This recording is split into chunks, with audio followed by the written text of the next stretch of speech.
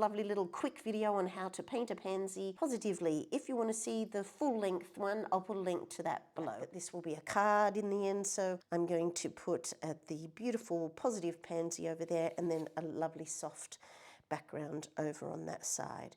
So the first thing is to sketch it up, and I might make it quite large. So I'm going to just wet where the yellow is, wet, wet, wet.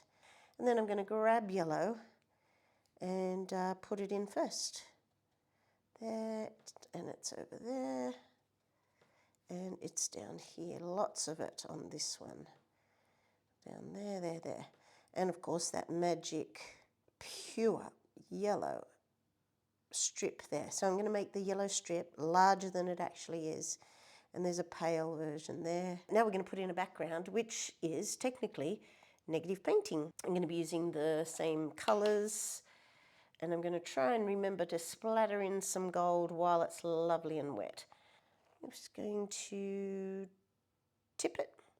And again, because I haven't put water into the petal, I was going to say none of it is going to go into my flower, but there's a little connection there of water, and some of that purple is going in. I love the idea that your imagination will take you on some of the journey, but I want that yellow to be there so that it pops. Okay, a bit of yellow over here, I think. A bit of yellow splatter. That'll mix with that gold, and it really will knock the gold back. So I wonder if I need to reapply the gold, because I really am having trouble seeing the gold already. A bit more gold. I'm in love with the little gold splatter at the moment, so it's kind of appearing in everything. Oh, it's so pretty. I'm just slowly allowing that paint to drip to the bottom, and it makes those little splatters get an elongated look. I really, really like that. Okay, the least important petal is this one over here, and I'm going to give it the same treatment. It's going to start with a little bit of moisture. I'm going to avoid touching that petal as I paint.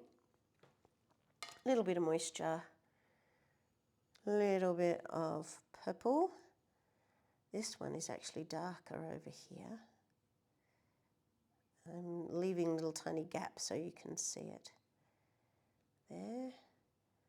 And I'm leaving that section so that the paint will just creep over into that. And then I'm going to switch back to my tiny one. Every time it comes to the tiny detail. Hey, I forgot to paint in there. So I'm going to make this petal come right out to that space. Purple with the tiniest bit of water, make it malleable. I'm going to go back into this one and see about the timing. Ah, that's better. That's what I want. There, there, there, there. Just some little lovely subtle bits. And into here too, as just letting the paint run out's a bit better.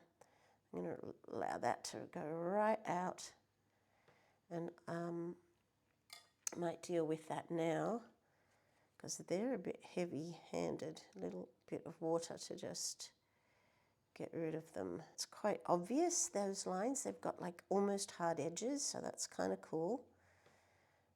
And then over here, they've got all soft edges. I'm just wiggling my brush to get a little bit of an edge to it there. So hopefully you've got a photo in front of you. You might have gone to my Instagram page to see the photo I posted for tomorrow's YouTube Live. Oops, they're very bad marks. See, I wasn't staring at the flower. I'm going to get rid of those as quick as I can because they're wet.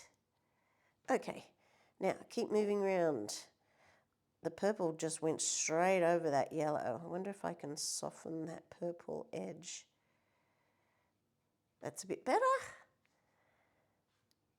This is my most important, so I'm going to go to this one over here because that's the second least important. And I'm going to use the same method. I think that's working quite nicely. Wet over most of that yellow. come in with my slightly bigger brush that has the bigger application of purple, and I try only to use it at the end. I'm putting in that thick stuff in the middle. I try only to use it at the end because it can make kind of a fiddly painting. And one of the things that I love about watercolour is not to make a fiddly painting. I'm encroaching slowly on that yellow because it's not at all dominant up there.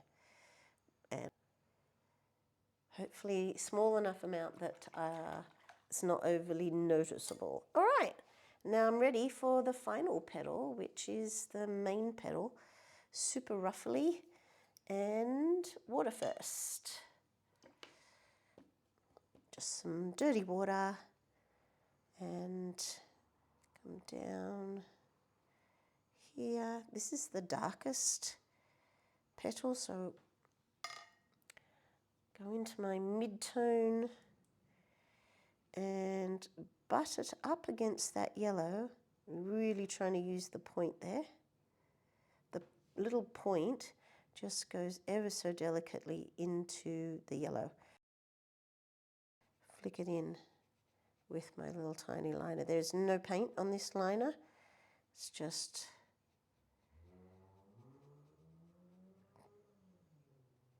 I'm trying to go back and forth a little bit to get rid of the mark where the water ends. A little bit more. It's actually quite dark right there in the center. And it continues around. I reckon I can continue that up there, there. And again, back to the water brush, that's all it is. And allow that to go. I'm actually going back and forth rather than just flicking because I do want it to kind of join. Okay, how's it looking? It hasn't got near enough tone in here because the real petal has this drama going on. So we need pure violet. I'm going to go, while it's wet, doesn't matter, go back into here and feed that wet purple. This goes up this way. That's the dark as well. Goes up there. Oh, it goes over there too. More thick, lush purple goes over there. Just see if I can bring it in. It's got this magnificent ruffle edge and it's quite dark. And it actually does this undulating thing that I'm completely ignoring. I wanted to do an example of positive painting and negative painting, and so I'm just focusing in on those magnificent colours. I don't want to use those little purple strips that are poking through there. They're not on the flower, but I really like them. I don't think I need to go any further. Now it's got a green stem. I'll just turn it on its side so you can see. I totally broke it because I was painting, bending it to suit my purpose, but it's just a green stem and it comes out from not that center there. It goes back a bit. I'll show you. It goes backwards and then comes out. So if I'm holding my flower that way, it comes out like that. So I'm going to grab the slightly bigger brush. No, I'm not. That's a mistake. Green on the little tiny liner brush. I just like bigger brushes. And it comes over to that and down. I like it when the paint runs off. I'm just going to fix up that edge a tiny bit. Now, is there anything we need to fix up? I don't mind that ruffle, I don't mind that ruffle, don't mind that ruffle. That's kind of cool. I think I'm going to add a little bit of colour to the stem. I was hoping it was wet enough for that to blend, but not so. So a little bit of damp water. That's hilarious. A little bit of water wiped off. Okay. Just gone outside where I meant to go.